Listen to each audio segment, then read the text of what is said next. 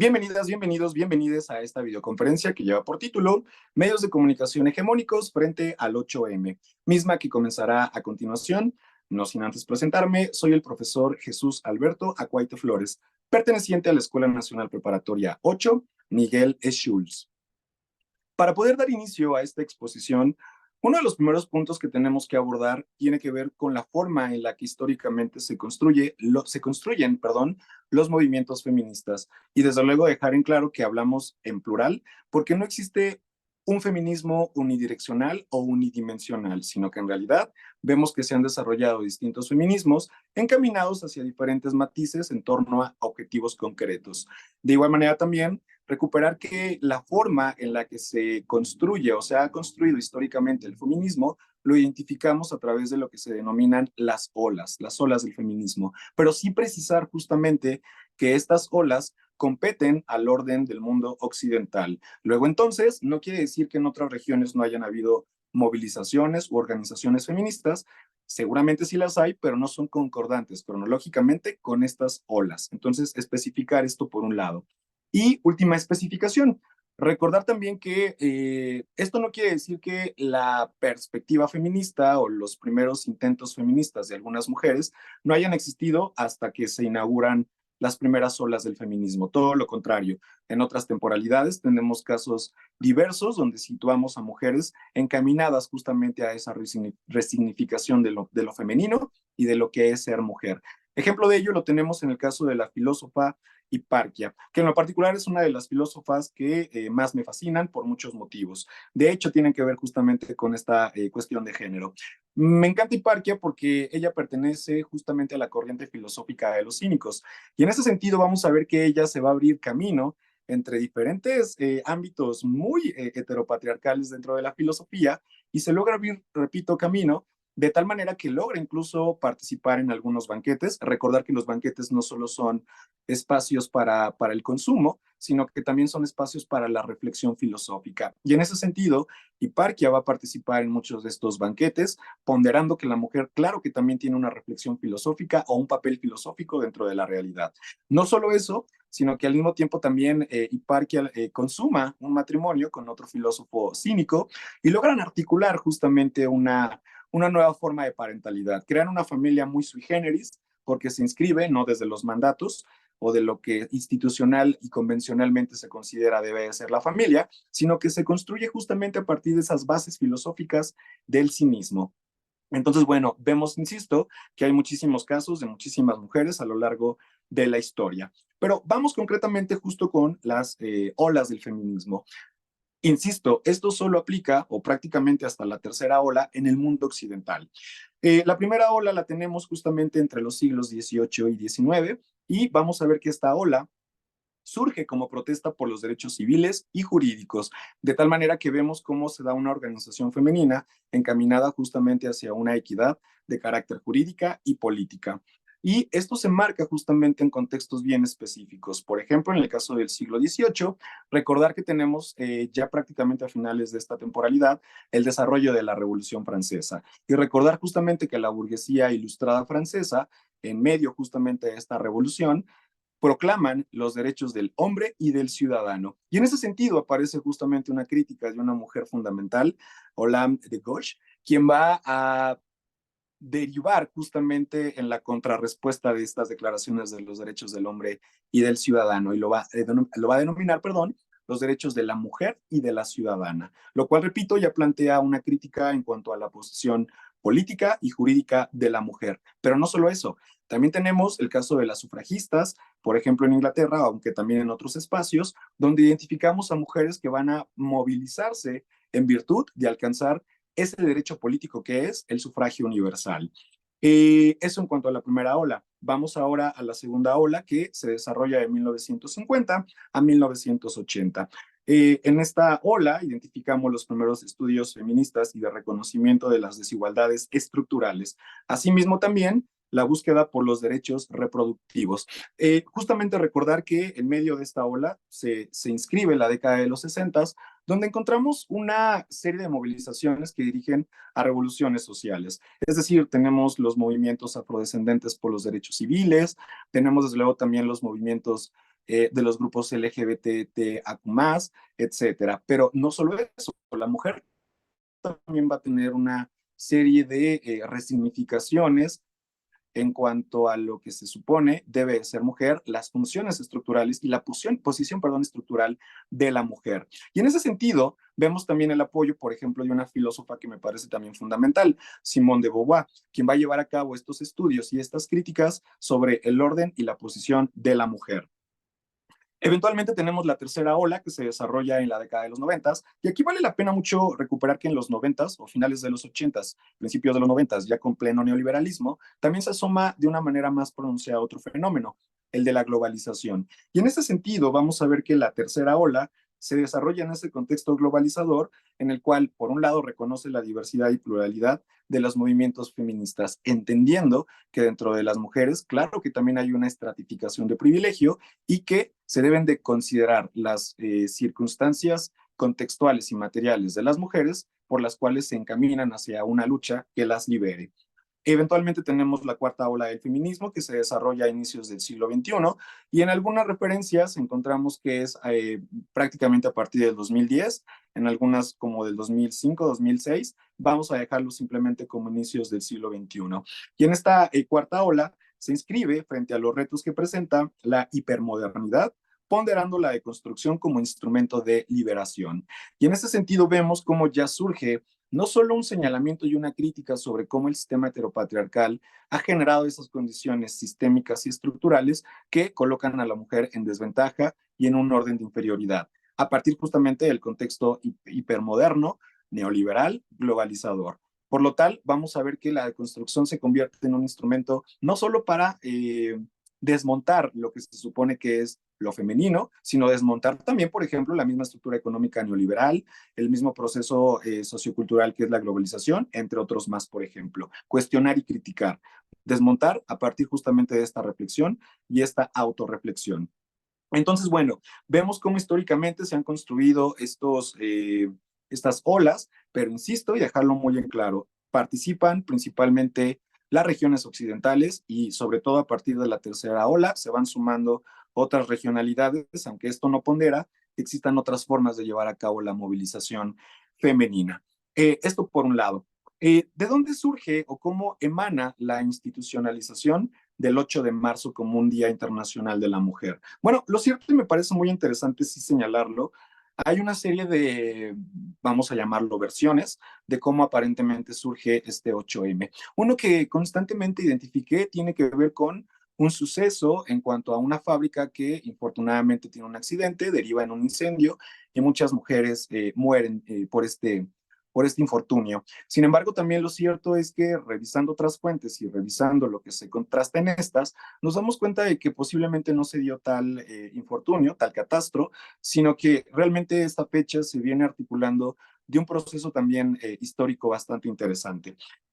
Comenzar desde 1848, en el siglo XIX, si nos damos cuenta, se inscribe en la primera ola, en donde encontramos a Elizabeth Cady Stanton, perdón, y a Lucrecia Mott en Nueva York, quienes van a realizar la primera convención por los derechos de las mujeres. Como decíamos, esta primera ola femenina se inscribe en el ámbito político-jurídico. Y aquí tenemos una foto justamente de estas mujeres que llevan a cabo esta organización. Se convierte entonces en la primera, no solo organización, sino al mismo tiempo también en la primera identificación o una de las primeras identificaciones de los objetivos del o de los feminismos.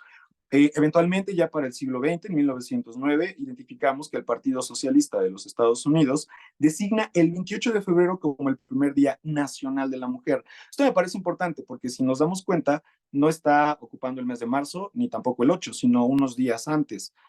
Prácticamente una semana y cachito con anticipación. Y en Estados Unidos, eso también me parece muy interesante, viniendo justamente del Partido Socialista y como una fecha solo de carácter nacional, pero claro que va a tener un impacto en otras regiones. Luego transitamos a 1910, donde identificamos la segunda conferencia internacional de mujeres, lo cual también me parece importante porque vemos entonces que efectivamente desde la movilización de los grupos de izquierda se trata también de reconocer la lucha de la mujer y esta lucha.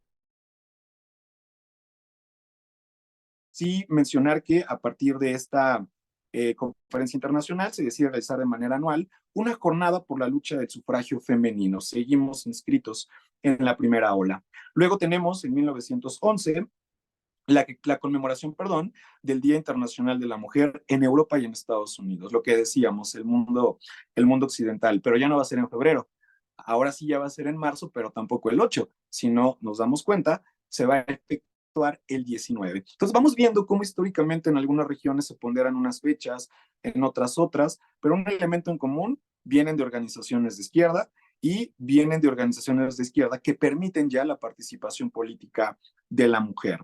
Luego, vamos a ver que en 1914, ya en casi inicios de la Primera Guerra Mundial, tenemos ya ahora sí formalmente el 8 de marzo como una fecha en la que se da una organización femenina en protesta justamente contra la guerra, contra esa guerra que está casi a punto de comenzar, que va a ser la Gran Guerra o la Primera Guerra Mundial. De nueva cuenta vemos esta movilización femenina con un carácter político, eh, bueno, político, jurídico y en este caso ahora también antibélico, que también va a ser muy importante. Luego, 3 años después, en 1917, en todavía el Imperio Ruso, tras la abdicación del zar Nicolás II, vamos a ver que con el triunfo de la Revolución de Febrero se concede el derecho al voto a la mujer, de acuerdo al calendario gregoriano, el 8 de marzo. Y justo por eso se construye prácticamente desde ahí o se instituye prácticamente desde ahí el 8 de marzo como el Día Internacional de la Mujer, aunque no va a ser reconocido de una manera formal. Esto va a suceder hasta 1975, cuando lo oficialice la Organización de las Naciones Unidas. De tal manera que, bueno, al ver este pequeño recorrido histórico de cómo se construye la fecha conmemorativa del Día Internacional de la Mujer, en virtud o un poco paralelo con las olas del feminismo, identificamos justamente esto, que se comienzan a institucionalizar por un lado la organización, por otro lado la participación y eventualmente las demandas legítimas de la mujer en torno a un día que conmemore esa misma lucha, que les dé relieve y que les dé un espacio para la manifestación en el más amplio sentido de la palabra. Bien, y una vez que se instituye este 8 de marzo, bueno, ¿qué pasa? ¿Qué es lo que sucede? Y sobre todo en nuestro contexto nacional y a lo mejor un tanto el contexto local en la Ciudad de México, aunque no creo que sea caso exclusivo o específico. Pero vamos a ver justamente que a partir de que se inscribe en 1917 o se formaliza en 1975, la forma en la que se lleva a cabo esta significación del 8M va a ser muy compleja. Sobre todo porque recordemos que prácticamente hasta antes de esta última ola del feminismo, por allá el 2015 más o menos hacia atrás, prácticamente el 8M no era una conmemoración. Y sí vale la pena precisar las distinciones. No era una conmemoración, sino una celebración. ¿En qué cambia el sentido? En mucho, porque no celebramos lo que es negativo, lo que estamos criticando, lo que queremos cambiar. Se conmemora justamente a las mujeres que han luchado por cambiar esas estructuras, para cambiar esos contextos o para abrir brecha a que haya una participación más profunda en cuanto a la mujer con respecto a las estructuras políticas, económicas, sociales y culturales. E incluso es muy interesante porque, repito, si nosotros revisamos antes prácticamente del 2015 a 2014, la forma en la que se celebraba este 8 de marzo era en función justamente de los mandatos de género. Para que yo me pueda explicar, prácticamente era una forma muy similar a cómo se experimenta el 10 de mayo, el Día de la Madre, en el cual vemos cómo la misma madre, que es la celebrada, se tiene que despertar temprano, limpiar, preparar los alimentos, organizar para que lleguen sus hijos a celebrarle, ¿no? Algo muy parecido. Veíamos, por ejemplo, en televisión, que en entonces era un agente social muy importante, muy hegemónico, cómo se daban anuncios, por ejemplo, encaminados a la celebración, insisto, entre comillas, de este 8M, ponderando que se regalaran a las mujeres, pues artículos que son parte de los mandatos de género, ¿no? Regalarles una estufa, regalarles electrodomésticos, regalarle flores, por ejemplo, y felicitarla.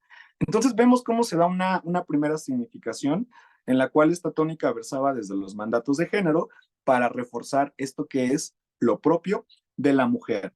De tal manera que esta fecha, si nos damos cuenta, las estructuras heteropatriarcales la hicieron una fecha apolítica. Pero hay que recordarlo, todo es político e incluso ser apolítico ya también tiene una carga bastante fuerte en cuanto a ser político. ¿Qué es lo que sucede? Justamente que a partir de 2017 comienza una resignificación, comienza una revaloración sobre la manera en la que socialmente se está atendiendo el 8M. Y en ese sentido nos vamos a dar cuenta de que no se trata de una celebración, sino de una conmemoración.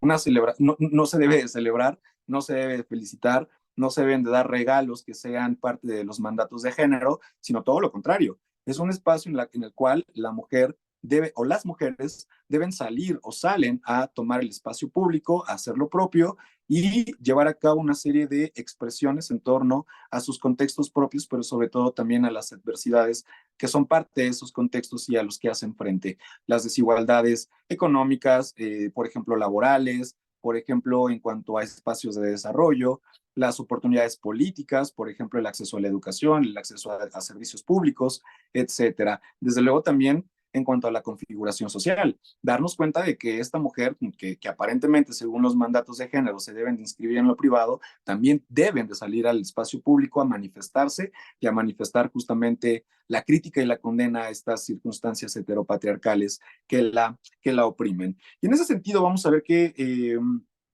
desde la perspectiva de género, las pequeñas estructuras colectivas socializaron una concientización mayor sobre el sentido, origen y objetivos del 8M.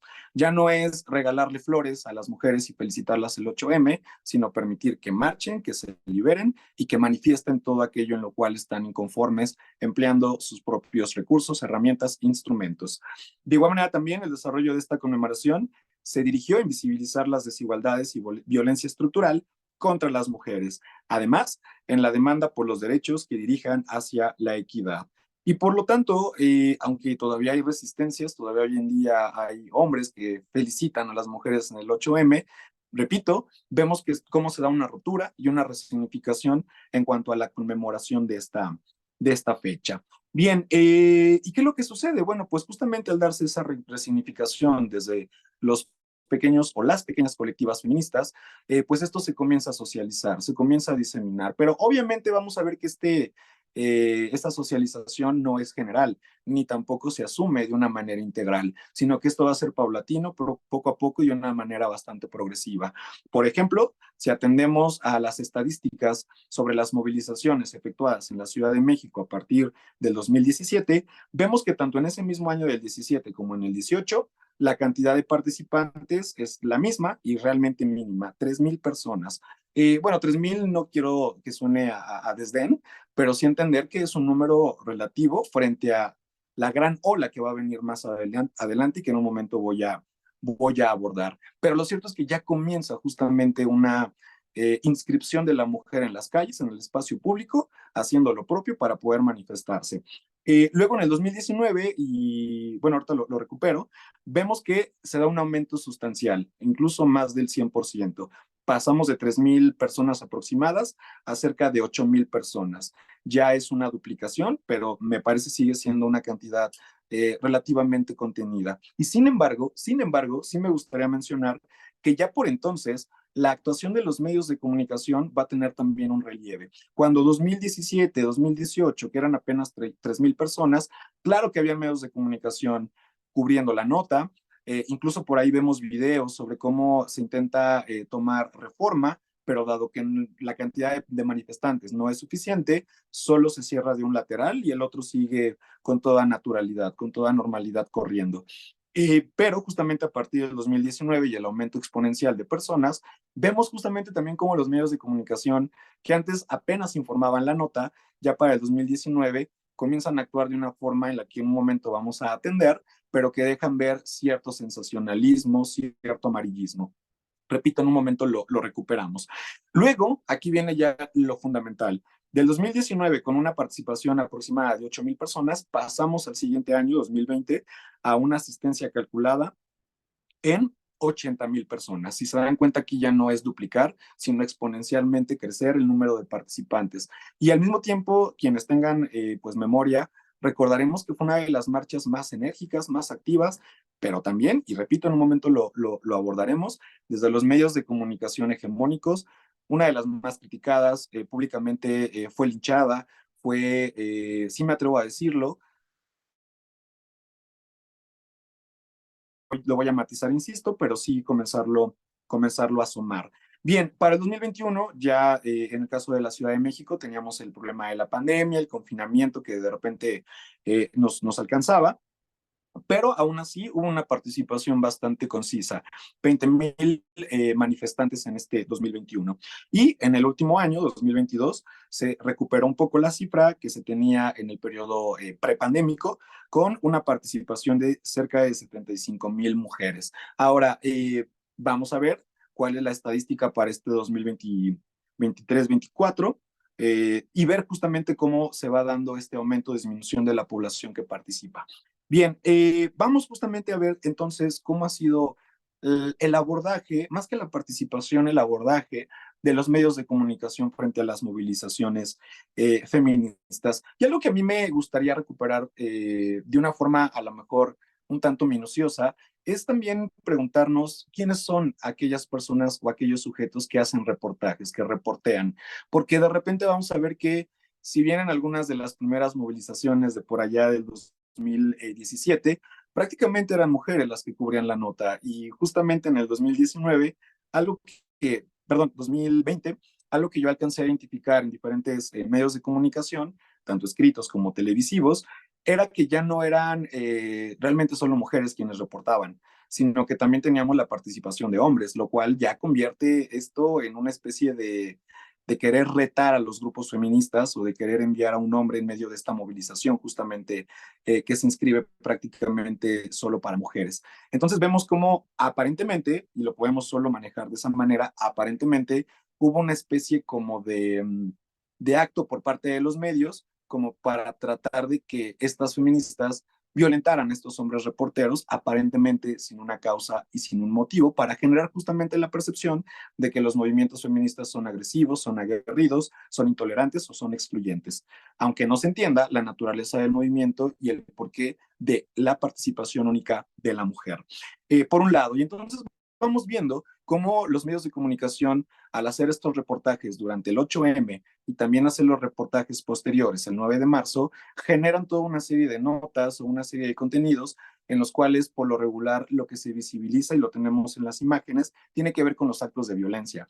Pocas veces se muestran a las mujeres que, por ejemplo, le entregan flores a las mujeres policías, pocas veces vemos a las mujeres que van caminando brazo con brazo, hombro con hombro, pie a pie, marchando. Pocas veces se identifica los casos que se exponen en los templetes o con los megáfonos, diferentes mujeres que han sido violentadas de diferente manera y de diferente orden. Pocas veces se dan entrevistas o acercamientos legítimos que respeten o que aborden con respeto justamente a la movilización. Insisto, en muchas ocasiones se trata de hacer generando condiciones de violencia o de adversidad para que puedan generar notas sensacionalistas. También, desde luego, vamos a ver que se da una tergiversación en cuanto a cómo se desarrollan los actos o los hechos. Y lo tengo en la siguiente diapositiva, pero lo voy comentando. Recordemos, por ejemplo, el caso, creo que si no me equivoco se le denominó a la reinota, a esta mujer que tomó un objeto y que al parecer lo regresó justamente hacia los cuerpos policiales, ¿no? Y en un primer momento hay que recordarlo, no se mencionaba que era una mujer tomando un gas lacrimógeno, si no me equivoco, en regresión justamente a quienes lo habían lanzado, sino que en un primer momento los medios de comunicación comentaron que eran mujeres que estaban atacando justamente al orden social y, bueno, no llevando a cabo de una manera organizada y pacífica esta movilización feminista. Pero claro, también vamos a ver dentro de los medios hegemónicos el victimismo. Y no sé si este año vaya a suceder, pero en los últimos, el año pasado ya no tanto, pero en los últimos sí llegaba a pasar que en el 9 de marzo se mostraban en televisión, por ejemplo, y sobre todo, escenas donde vemos a mujeres trabajadoras, mujeres de la clase trabajadora, limpiando los rayones, limpiando, digamos, los residuos que quedaron justamente a partir de la manifestación, vidrios rotos, basura, etcétera, tratando de decir, vean, aquí tenemos a mujeres que trabajan y que limpian, y volviendo a los mandatos de género, todo aquello que destrozan esas mujeres que no se inscriben a los mandatos de género, ¿no? Entonces vemos justamente esa contrariedad, pero desde el sensacionalismo, desde luego. También recuperar justamente cuando este funcionario de la capital los grupos feministas le aventaron brillantina, y aunque era brillantina, simplemente, pues también se hizo un escándalo, ¿no? Sobre un aparente ataque, una muestra de incivilidad, una muestra también de cómo estos grupos, repito, son aguerridos, violentos y que excluyen justamente a otros grupos humanos. Entonces ya identificamos que en México, en los medios hegemónicos, escritos no escritos, si bien en un primer momento hubo un abordaje de una manera un tanto seria, lo cierto es que en la medida en la que este grupo o estas movilizaciones se iban ampliando y nutriendo, desde luego que también hubo una reacción por parte de estos medios.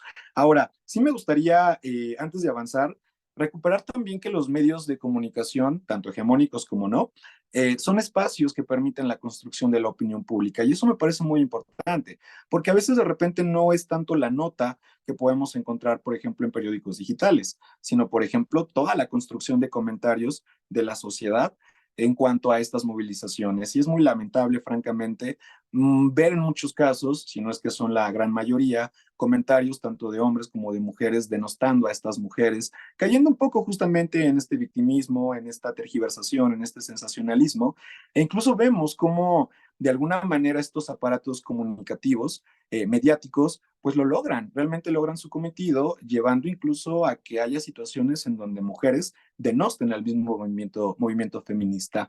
Una de las frases que a mí en lo particular nunca me ha gustado es cuando algunas mujeres dicen, es que esas feministas no me representan. Bueno, recordar que las feministas no son representantes, no son managers, sino que son mujeres organizadas en lucha por sus derechos y por la equidad. Pero, repito, me parece que estos medios están funcionando en la forma en la que pretenden funcionar al generar toda esta opinión pública negativa sobre los movimientos que me parecen son legítimos en un sentido al menos político y jurídico.